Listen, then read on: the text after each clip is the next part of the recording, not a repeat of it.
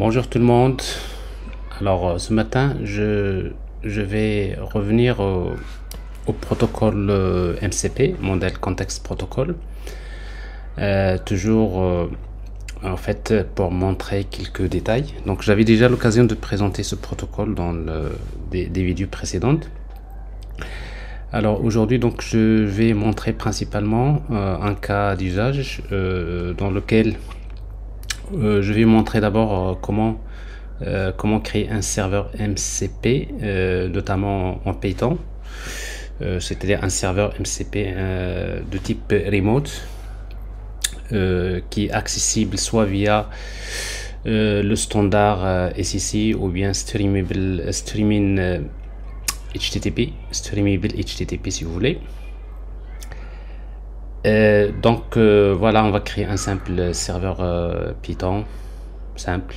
Donc on va essayer de créer de tools, un tool qui permet de retourner un objet qui contient des informations, un objet statique qui consulte par exemple les informations sur un employé, et un autre tool qui permet donc de faire une recherche internet sur un sujet qui va être posé par l'utilisateur. Ici donc on va faire une recherche flux web pour chercher donc des détails sur des sujets divers comme des actualités, etc. Alors ça c'est la première partie. Une fois qu'on va créer donc ce serveur MCP, on va essayer de le tester soit avec Postman ou bien avec un client MCP que vous pouvez utiliser, c'est MCP Inspector, qu'on peut lancer sur ligne de commande. Donc ça c'est intéressant, donc on va essayer de faire ça. Et puis une fois qu'on va le tester, on va essayer donc de l'exploiter, ce serveur MCP, via un agent AI. Bon, j'avais déjà l'occasion par le passé de montrer comment créer un client MCP avec Java, avec une interface Angular. Donc ça c'est quelque chose, vous pouvez toujours revenir sur ça. Le principe il est toujours le même, sauf que cette fois-ci donc je vais faire rapidement, et donc en utilisant un agent initN, dans lequel donc on va créer un agent. Donc pour le modèle, on va utiliser donc OpenAI, GPT-4o. On peut bien la même chose utiliser donc Ollama ou autre cloud, etc. Donc c'est pas de problème ici. Donc ça j'ai déjà montré avec Inuit-N comment créer des agents, comment les connecter vers différents types de modèles. Donc on va utiliser une simple mémoire conversationnelle, et puis donc cet agent là il va communiquer avec le serveur MCP. Donc ici on va créer un client MCP comme tool qui va communiquer avec ce serveur MCP, et puis on va utiliser une interface graphique qui est générée par défaut par Inuit-N pour faire plus vite. Voilà, donc ça c'est ce qu'on va faire. Alors je vais commencer par cette première partie là. Créer d'abord un serveur MCP. On y va. Alors je vais créer un nouveau projet. Bon, je vais agrandir un petit peu.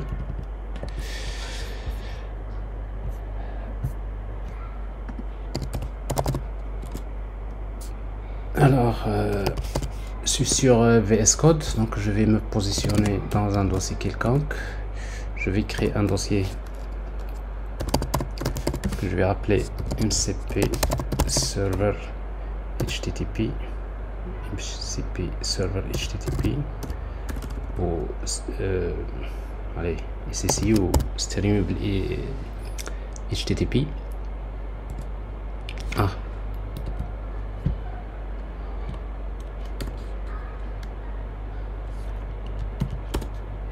c'est quoi ça?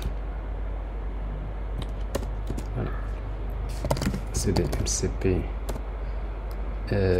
Server HTTP, et je vais ouvrir ce projet là sur une nouvelle fenêtre avec VS Code.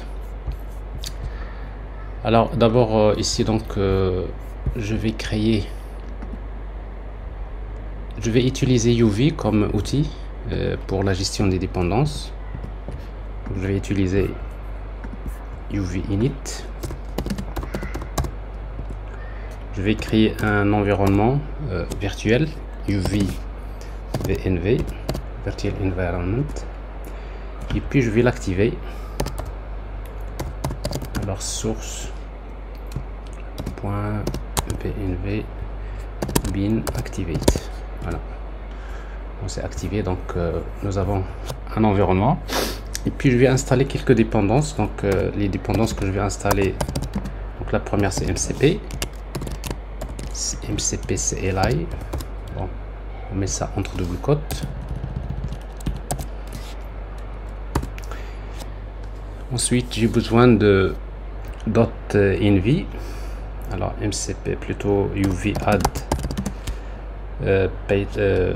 Python .env. ok. Et puis pour la recherche, parce qu'en fait j'ai besoin de faire une recherche web, donc j'ai besoin d'un outil. Donc ici je vais utiliser TVLI. Alors ici donc ici ça s'écrit comme ça, TVLI Python add. Je pense que c'est ça. Ouais. Alors bref, donc ça c'est les dépendances dont j'ai besoin. Ça c'est les versions qui sont installées. Et puis je vais créer donc un script Python que je vais appeler MCP server HTTP. Voilà. Alors j'ai besoin d'importer.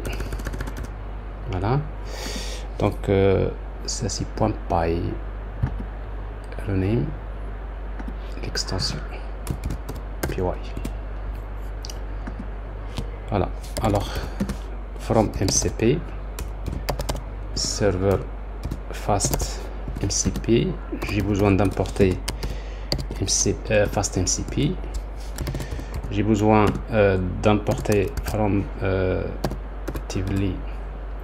J'ai besoin d'importer un client TVLI client. Bon, ça c'est un client web qui permet de se connecter internet pour faire des recherches. On peut bien utiliser d'autres, il y a plein d'outils qu'on peut utiliser. Quoi d'autre? J'ai besoin d'importer from .env import load.env. et après bon j'ai besoin d'importer OS. Et peut-être pour les types de données, donc je vais importer typin. From typin, je vais importer le type list et le type dictionnaire. Voilà. Alors ça c'est ça c'est les importants dont j'aurai besoin. Alors je vais créer donc le serveur MCP en utilisant fast MCP. Alors fast MCP, donc on va donner un nom ce serveur, donc je vais l'appeler MCP HTTP server par exemple. Alors pour le host, donc il va utiliser, donc je vais le démarrer sur l'adresse 0.0.0, comme ça il est accessible à tout client. Sinon vous pouvez fixer l'adresse IP si vous voulez. Et puis le port, donc je vais utiliser par exemple 23000 par exemple. Alors ça c'est pour le serveur MCP. Donc pour faire une recherche web avec TVLI, donc j'ai besoin de créer, j'ai besoin d'abord d'utiliser une API, parce qu'en fait pour utiliser TVLI Client vous aurez besoin d'une API qui est gratuite. Alors je pense que je vais me connecter avec ce navigateur là. Alors donc ça c'est, il faut juste s'authentifier. Une fois que vous êtes authentifié avec votre Gmail, vous pouvez créer donc des API. Alors ici donc j'ai une API que vous pouvez créer. Bon, ici il est là, copier. En tout cas c'est gratuit, il y a des limites, bien sûr il y a des limitations, mais en tout cas vous pouvez l'utiliser pour tester. Alors donc cette clé là je vais la mettre dans dans un fichier environment.env. Je vais créer une variable d'environnement API key égale, et vous copiez cette clé. Voilà. Alors comme ça, au niveau du serveur, on va la récupérer. API key égale OS environment, et la variable d'environnement s'appelle la même chose. C'est celle que j'ai créée ici. Donc ça c'est le API. Bon, ça c'est une variable, vous pouvez l'appeler comme ça pour faire la différence. API key. Voilà. Mais bien sûr, il faut charger ces variables d'environnement en utilisant la fonction load.env. Donc ce qui permet donc de charger toutes ces variables d'environnement, voilà, tout ce qui se trouve dans ce fichier là en tant que variable d'environnement. Donc tout ça, ça nous évite de coder en dur les clés des API dans le code, ce qui n'est pas forcément une bonne pratique. Alors maintenant, donc je vais créer donc web search client, web search client égale c'est TBL client avec la API key. Donc API key, donc c'est cette API là, c'est cette variable que j'ai ici.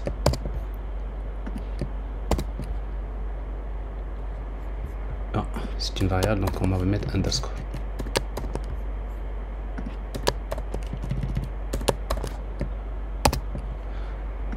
Alors il faut vérifier si vous arrivez bien à récupérer votre variable. Vous faites print API key. Là vous exécutez pour tester. Alors ici ça marche pas. Alors ici ça marche pas. Alors ici la variable.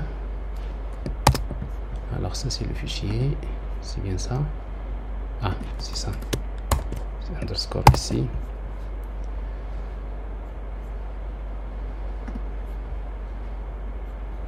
Voilà. Alors vous testez. Voilà. Encore, c'est mal écrit. Alors je vais directement faire copier-coller. Ça c'est ma variable. CTRL S. Je vais enregistrer. Et je la mets ici. CTRL V. Ouais. Ah. Pourquoi ça? CTRL C.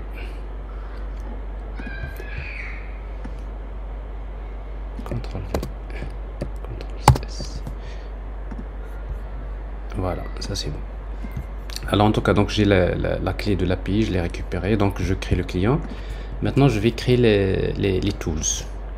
Alors pour créer les tools, donc je vais créer deux fonctions. D'abord la première, donc une simple fonction Python que je vais appeler par exemple get employé info. Je vais pour récupérer des informations sur un employé avec name comme input et ça va retourner un dictionnaire. Alors dans mon cas ici, donc je vais retourner, je suppose que je vais retourner un objet qui contient le nom de l'employé. Ça va être le paramètre name, le salaire. Je vais mettre un salaire quelconque comme ça juste pour tester. Et puis job par exemple. Job développeur.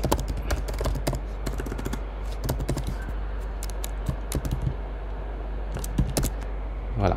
Alors pour bien sûr les tools, pour que ce soit un tool, donc il faudrait utiliser le décorateur MCP tool. Voilà, ça c'est MCP que nous avons créé ici. Ça c'est un premier décorateur. Il faut avoir il faut documenter, il faut donner une description à ce tool en utilisant un commentaire. Alors ça c'est le commentaire, donc ici get information about given employee. Ok, alors si vous voulez être un peu plus descriptif, donc vous mettez les arguments. Alors ici dans notre cas les arguments c'est name,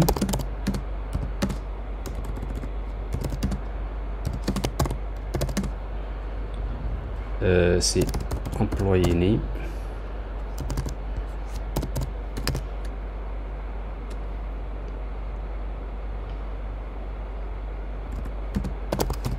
voilà. Et puis donc return, alors returns, alors ça retourne tout simplement des informations sur l'employé. Information about employee. Bon, après si vous pouvez mettre les informations name, salary, job. Voilà. Alors forcément ça c'est cette description, parfois il est très utile pour permettre à un agent de comprendre quand est-ce qu'il va utiliser ce tool. Alors ça c'est le premier tool. Alors le deuxième tool c'est faire une recherche web. Alors, ça c'est un peu comme ça, c'est mieux. Alors le deuxième tool donc c'est une fonction que je vais appeler web search. Alors on va donner un query, une requête au format string et ça va retourner une liste de dictionnaires. Bon, ça c'est le dictionnaire. Alors voilà, alors maintenant pour faire une recherche web, donc on va juste faire appel à cet outil là que nous avons créé ici, Tivoli Web Search Client. Et j'appelle la méthode search tout court et je lui donne la requête query égale query. Alors j'ai la réponse et puis donc je vais retourner, je vais faire un try catch si vous voulez, de préférence try. On va essayer de faire ça. Si tout se passe bien, si on a une réponse, on va retourner response. Alors response c'est un objet structuré qui contient un attribut qui s'appelle results. Sinon on va capturer l'exception et on va retourner no result found. Voilà. Alors ça c'est la même chose ici, vous ajoutez un commentaire, une description de ce tool, très utile. Search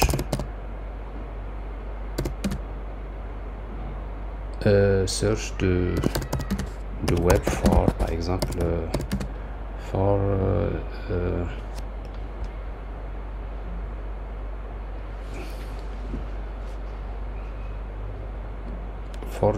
the given query. Voilà. Alors la même chose, donc pour faire toujours, c'est toujours utile de faire ça. Les arguments c'est query, c'est user query, et après ici search result par exemple. Le résultat c'est le résultat de la recherche, search results. Alors pour que ce soit un tool, la même chose, donc je vais utiliser MCP tool et c'est tout. Maintenant on va démarrer notre serveur. Alors pour démarrer le serveur, donc je vais supposer, donc ça c'est la fonction main, if name égale à main underscore comme ça, et bien je vais démarrer mcp.run. Alors quand vous démarrez MCP, il y a un paramètre qui est très important, c'est en fait le mode, le transport. Quel protocole de transport à utiliser. Alors ici je fais ça. Alors quel transport? Alors vous avez trois modes. vous avez standard input output.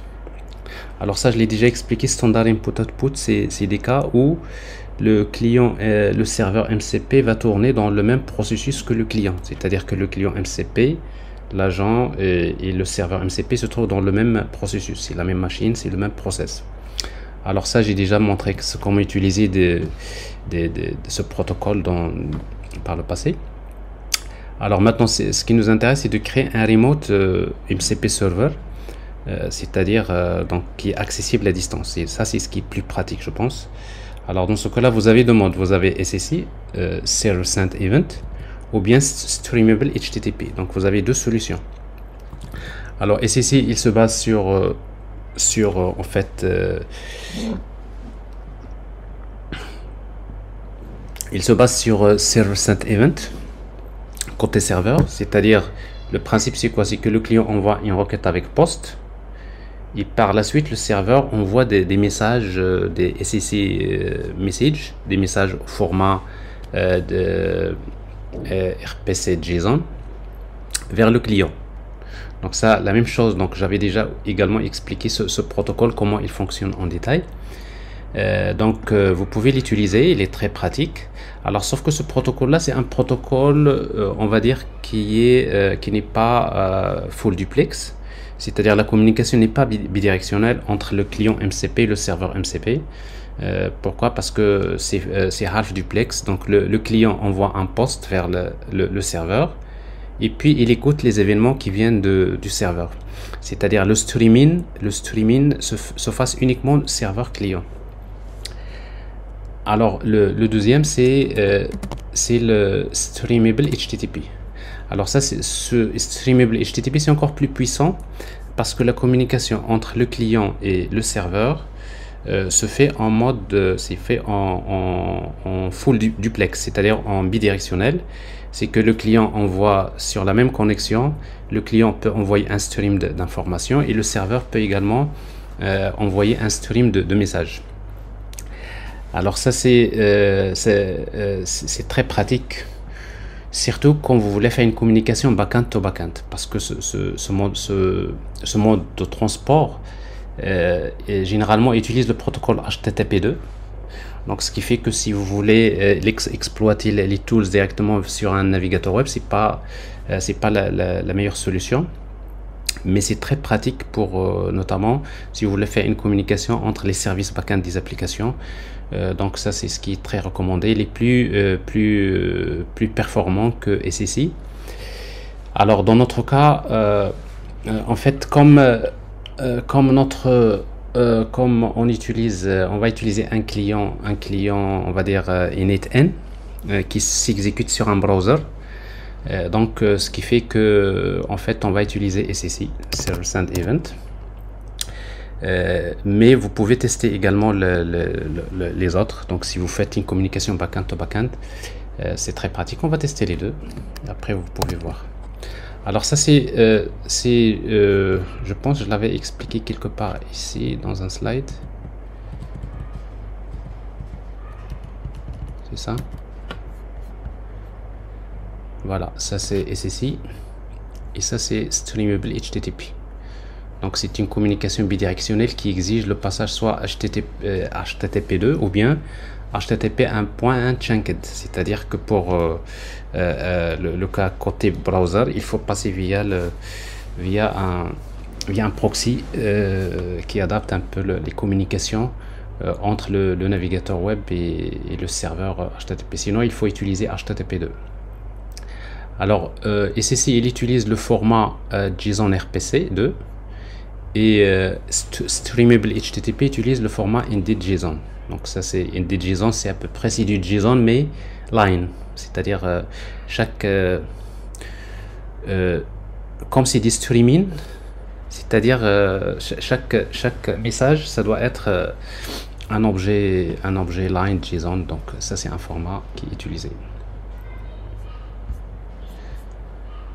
Voilà, alors on va tester notre serveur. Alors pour le démarrer, donc vous pouvez l'exécuter directement ici. Alors ici il est démarré, donc il vous dit que voilà, donc il attend d'être contacté à cette adresse-là, le serveur MCP. Vous pouvez également l'exécuter avec UV run le serveur, c'est MCP serveur http.py.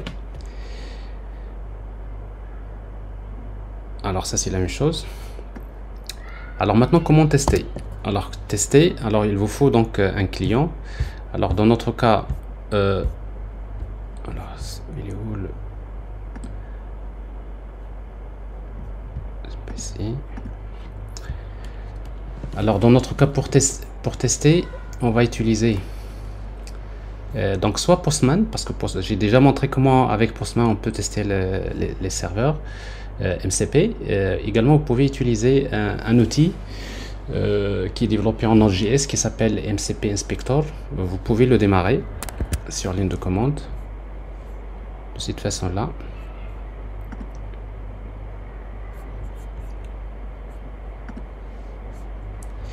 Alors je vais lancer, voilà, je me positionne sur mon serveur. Alors j'espère que je n'ai pas switché dans le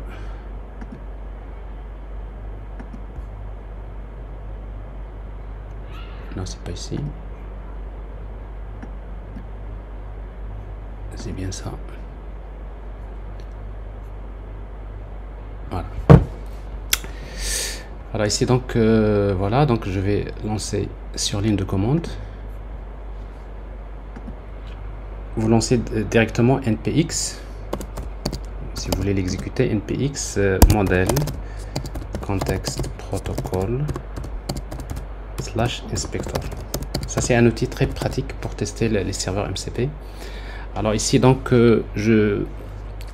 je vais pas utiliser la dernière version, la version 0.16, je vais utiliser 0.15 parce que j'ai remarqué que la version 0.16 n'est pas très compatible avec la version de Node.js que j'utilise. Donc je rappelle juste pour les gens qui l'ont pas, npx c'est Node.js, donc si vous n'avez pas Node.js il faut l'installer.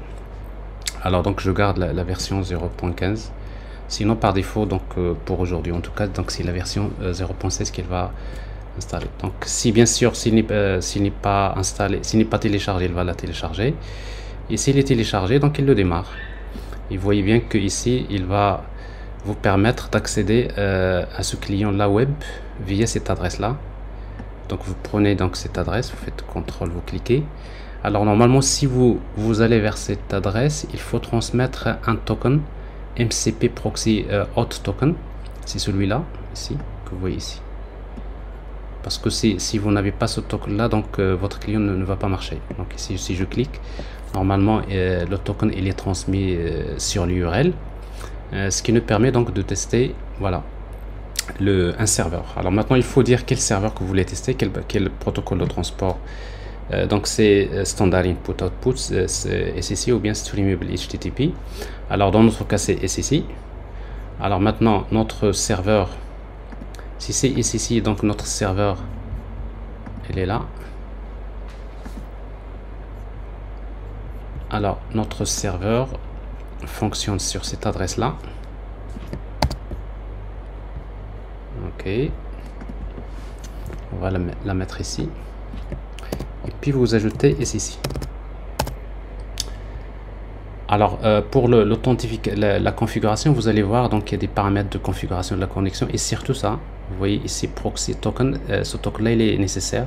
S'il n'est pas ici, donc c'est le même token que vous voyez, qui est transmis sur l'URL à ce niveau là. Et après je me connecte. Alors la connexion elle est établie vers le serveur et après vous pouvez voir les tools. Alors les tools, donc vous voyez ici pour le moment nous avons deux tools qui sont dans le serveur.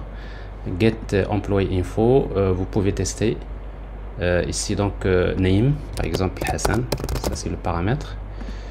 J'envoie la requête et je reçois la réponse. Vous voyez donc le résultat c'est name Hassan, le salaire et job.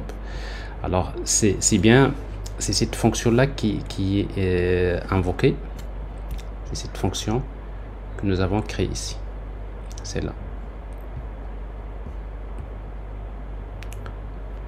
4000 43 000.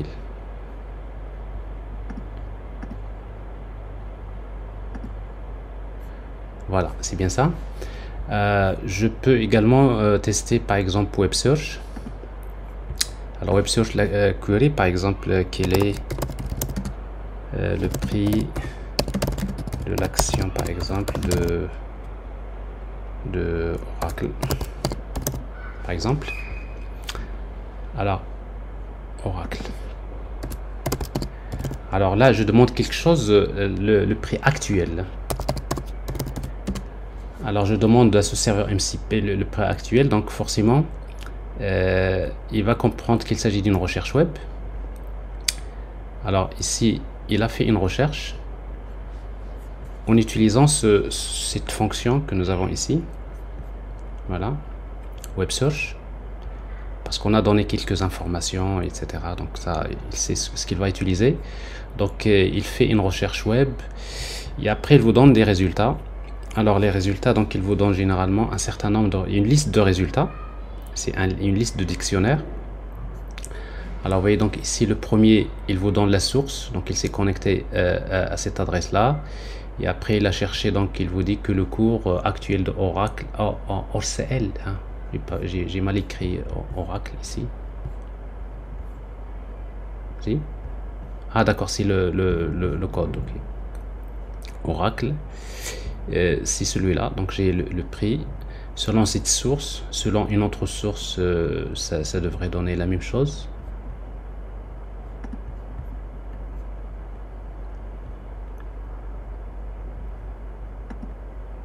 Voilà, 248.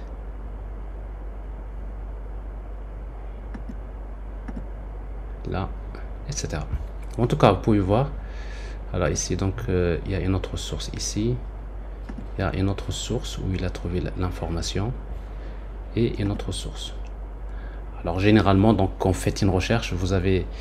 par défaut, il vous retourne pas TVLI, il vous retourne par défaut, je pense, 5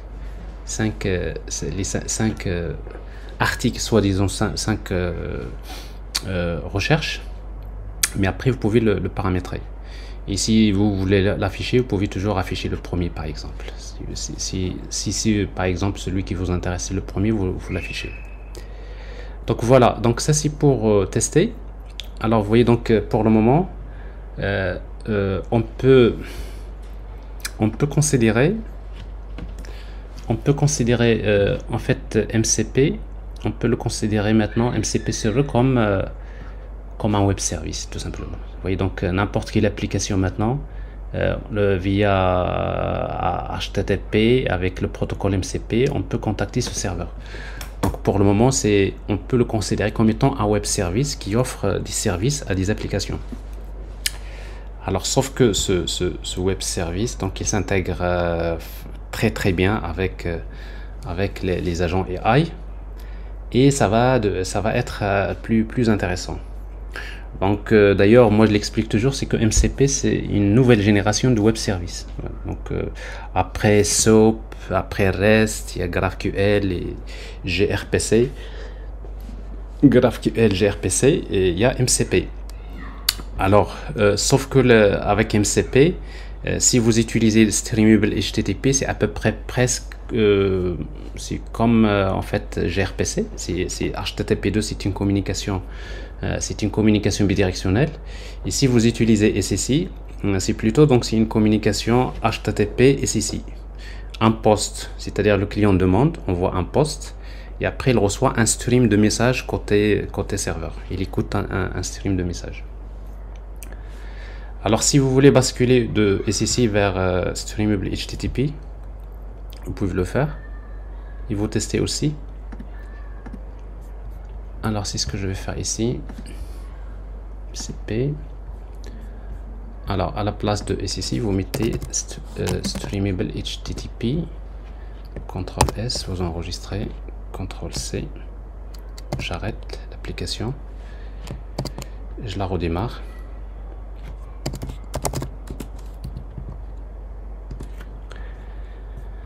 Alors cette fois-ci, donc mon serveur, il va fonctionner le transport, c'est Streamable HTTP. Alors ce qui fait que si vous voulez faire vous allez vous connecter avec ici actualiser. Si vous voulez vous connecter, ça va pas marcher déjà, parce que deux choses, il faut indiquer qu'il s'agit bien de streamable HTTP, ça c'est la première des choses, ça marche toujours pas. Le deuxième, c'est le endpoint par défaut ici, c'est MCP, c'est pas SSI.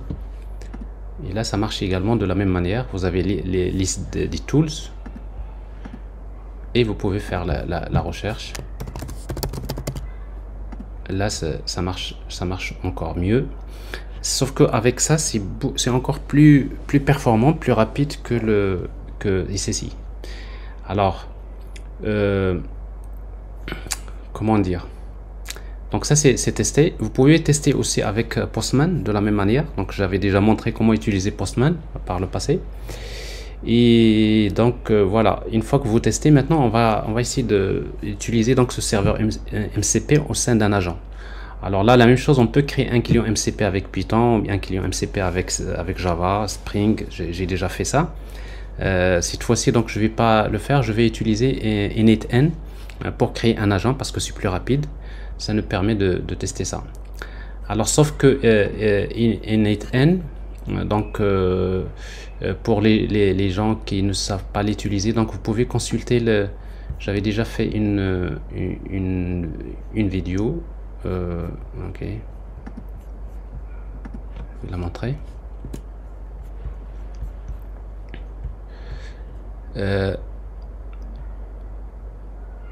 Initn.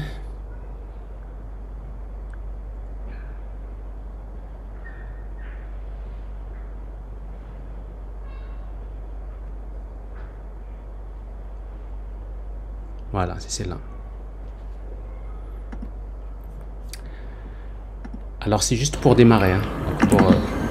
Voilà, pour démarrer sur l'écosystème initn, comprend c'est quoi un AI agent. AI, bon, tout ça c'est. Vous pouvez toujours consulter cette vidéo là, et je vais vous la laisser dans la description. Alors sinon, ici donc je vais directement maintenant passer à compléter cette partie là. Alors pour compléter cette partie là, donc j'ai besoin, voilà, donc ce que je vais faire, donc je vais créer, bien sûr ça suppose que j'ai démarré initn en local, donc je l'ai fait ici, voilà, donc c'est initn start tout simplement, si c'est installé. Je rappelle juste pour l'installer, si vous utilisez npm, vous avez ici, je vais quand même vous orienter pour les gens qui le font pas, donc c'est initn installation. Alors vous pouvez faire l'installation avec npm, ça, comme vous pouvez utiliser docker aussi, voilà. Alors juste si vous utilisez docker, faites attention avec localhost, parce que ça devient des conteneurs, donc ce qui fait que à la place de chaque localhost il faut mettre l'adresse IP, il faut que ça soit bien géré ça aussi. Alors donc moi ce que je vais faire, je vais créer un workflow, voilà. Donc ça c'est maintenant c'est la partie cliente. Alors dans ce workflow, donc je vais ici donc de chercher un trigger, un déclencheur en chat message, ce qui me permet de saisir une question dans une interface. Ça c'est le premier nœud. Ça me permet donc d'écrire ici des questions et de poser la question à l'agent. Alors cette question posée via l'interface, il va être reçu par ce nœud, et après il va la transmettre par la suite ici plus un agent AI agent. Alors je rappelle qu'un agent AI il a besoin d'un modèle. Ici je vais utiliser OpenAI chat model. Alors ici il vous faut une clé d'API, il faut une API key si vous utilisez un bien sûr. Alors ici donc je l'ai déjà fait, donc je n'ai pas sinon vous faites créer new credentials. Donc là il faut avoir une API key, sinon ça va pas marcher, et ça c'est déjà fait. Et puis le modèle, alors ici donc je vais utiliser par exemple GPT-4o mini par exemple. Donc ça c'est fait. Alors votre agent il a besoin d'une mémoire pour garder les conversations. J'avais déjà expliqué également ce mécanisme d'utilisation de la mémoire. Je vais utiliser Simple Memory.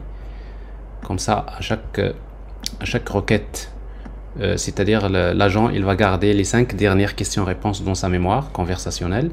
Et à chaque prompt qu'il envoie, il envoie ces 5 dernières questions-réponses. Comme ça, le LLM, il peut savoir un peu ce que vous lui avez posé comme question auparavant. Il vous répond toujours selon les conversations précédentes. Okay. Et puis maintenant, ce qui nous intéresse, c'est Tool. Alors ici, Tool, dans notre cas, on va se connecter au serveur MCP. Donc ici, je vais utiliser MCP Client. Et notre MCP Client ici, vous voyez ici, là, dans cette version en tout cas, il supporte que SCC. Donc c'est-à-dire pour, d'ailleurs, si on prend notre adresse ici, alors je vais mettre au lieu de 0.0.0, vous mettez localhost.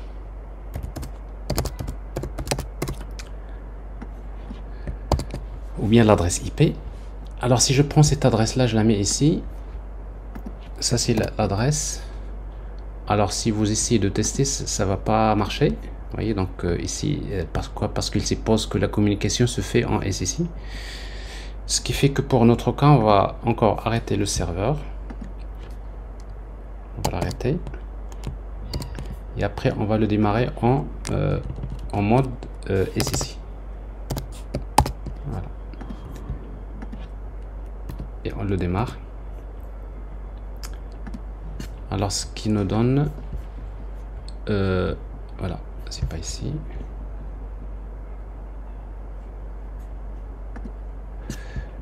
Voilà, si vous testez... Alors ici, ça marche toujours pas. Alors ici, ce n'est pas... Et maintenant, c'est pas MCP, c'est SSI. En fait, le endpoint. Tester. Alors ici, ça marche toujours pas. Alors, HTTP, est-ce que c'est bien le bon port? On va regarder. Alors, on revient vers l'outil là. On va mettre SSI. Tester. Reconnecter. Ça marche toujours pas. Alors, local host. Alors, 0.0.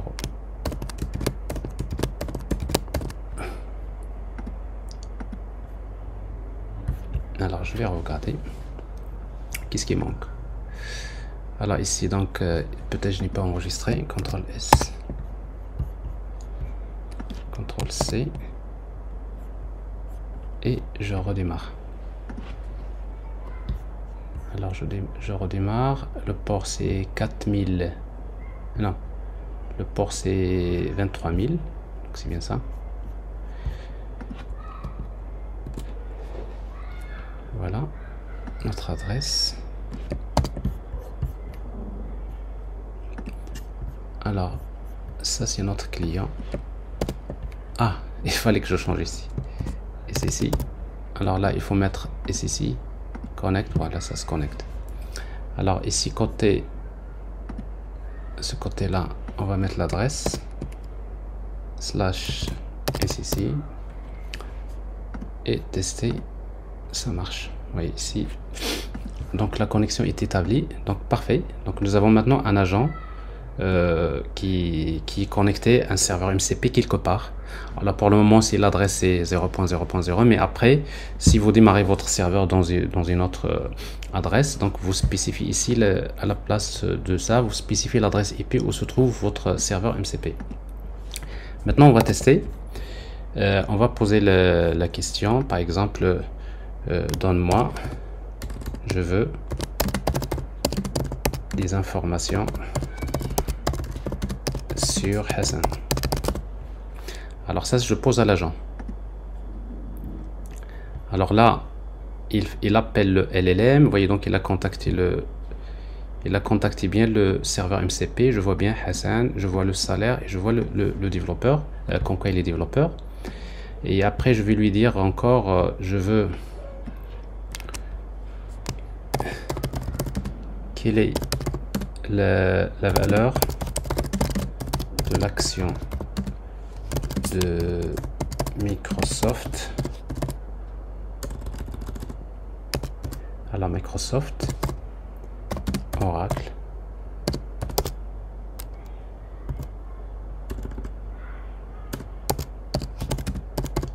et Cisco, par exemple.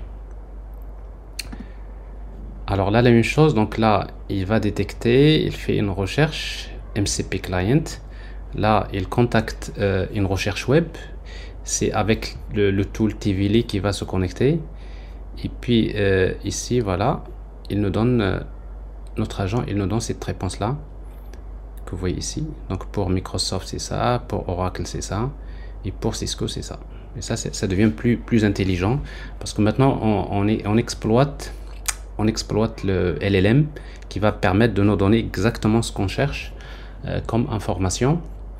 Bon, si vous voulez avoir une interface web, donc je rappelle, il faut juste faire un double clic là, vous activez ça, vous prenez cette adresse et puis vous activez votre workflow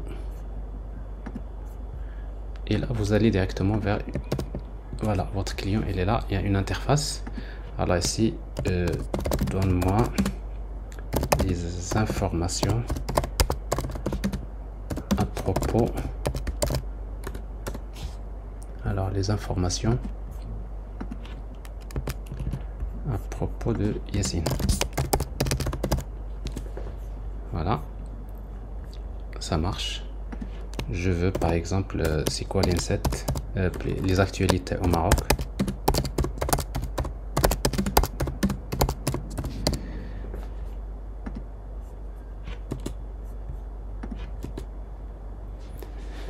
Alors c'est le serveur MCP qui va être utilisé avec TVLI Search Tool qui va se connecter pour chercher, voilà. Donc et ça me donne des choses comme ça. Oui. Selon la source, cette source là, vous avez quelques informations. Alors là c'est bon, ça c'est juste des informations. Mais ça c'est le LLM, c'est pas lui qui est la source de cette information. C'est pas GPT 4o. Parce que lui, il va pas vous donner les actualités parce qu'il est entraîné sur une base qui est ancienne. Donc, mais si vous voulez des actualités, donc on va se servir de notre modèle ici qui permet de faire ça.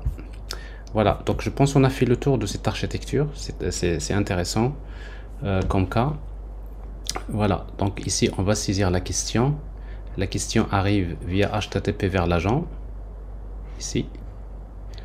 L'agent reçoit la question, il va utiliser c'est-à-dire son modèle qui va communiquer via HTTP vers OpenAI.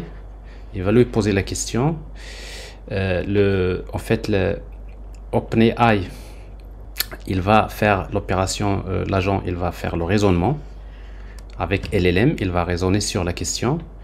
Et à partir du raisonnement qu'il va faire, il va déterminer quelle est l'action à prendre, quel est le tool qui va être appelé. Et donc le LLM va demander à l'agent, fais-moi appel à un tool. Et donc forcément ici l'agent, il connaît déjà la liste des tools dont il dispose, parce que là vous avez un client MCP. Et donc forcément avec client MCP, il envoie une requête vers le serveur MCP pour lui demander de faire appel au tool. Le tool va retourner le résultat sous forme de messages qui vont être récupérés. Donc vous voyez, donc l'action elle est appelée et après l'action va retourner, on va récupérer ce qu'on appelle les observations. Et les observations, c'est le contexte, et ce contexte va être encore envoyé vers le LLM comme ça. Il va lui dire voilà les informations, et après le LLM s'il veut encore faire une recherche, plutôt une fois qu'il récupère le contexte, après il va générer encore la réponse. Si la réponse définitive, il va générer la réponse et après on va la donner. S'il a besoin d'appeler un autre tool, eh ben, il va encore demander de faire appel à un tool. Le tool il est appelé, on récupère le résultat sous forme d'observation, on envoie les observations au modèle, le modèle va répondre, etc., etc. Et ça marche comme ça. Alors ça c'est comme ça que fonctionnent les agents AI. Et donc voilà, donc je pense que c'est bon.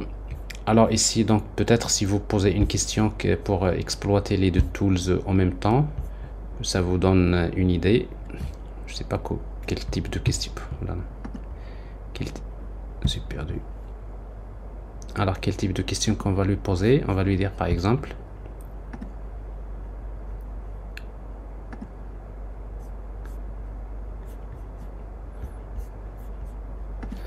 On va lui dire, donne-moi les informations sur Mohamed et fais-moi, bon ici, fais-moi une recherche, c'est-à-dire en même temps il va récupérer les notes et en même temps il va envoyer ces informations pour chercher des c'est des informations. Alors sur par exemple allez, on va dire sur Yousfi et donne-moi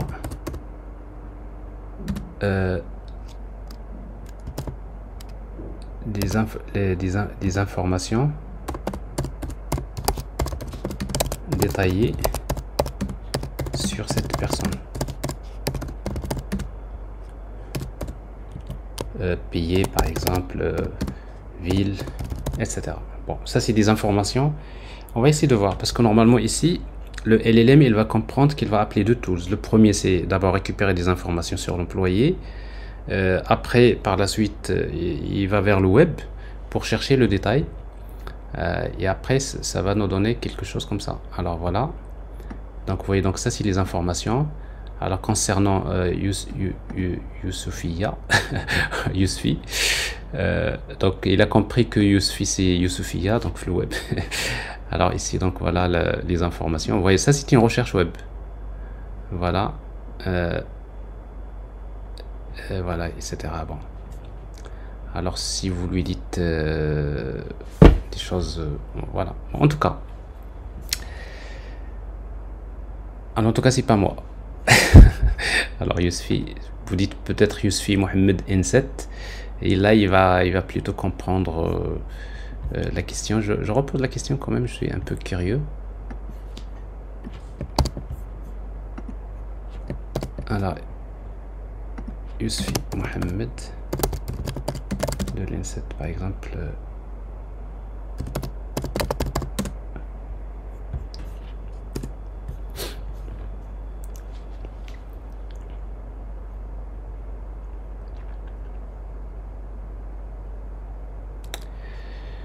Voilà, alors ici il a les informations et après il me donne des informations sur l'N7, l'université Hassan II de Casablanca, le pays, la ville Mohammedia, voilà. Alors plutôt ça marche. Voilà, alors ça c'est, j'espère que cette architecture maintenant il est un peu plus clair. C'est très intéressant parce que je suppose que la majorité des architectures des entreprises vont reposer sur ces modèles. Alors sauf que maintenant ce que vous pouvez faire, c'est que peut-être vous faites un serveur MCP avec Python, après vous faites un serveur MCP avec Spring, Java, vous faites plein des serveurs MCP, c'est des microservices, et puis donc vous voyez, donc là vous mettez votre agent il va profiter de tous les microservices basés sur MCP que vous pouvez utiliser pour apporter de l'intelligence à votre application. Voilà, donc je vais m'arrêter à ce niveau-là. Donc je vous souhaite une très bonne journée et très bonne suite de vacances.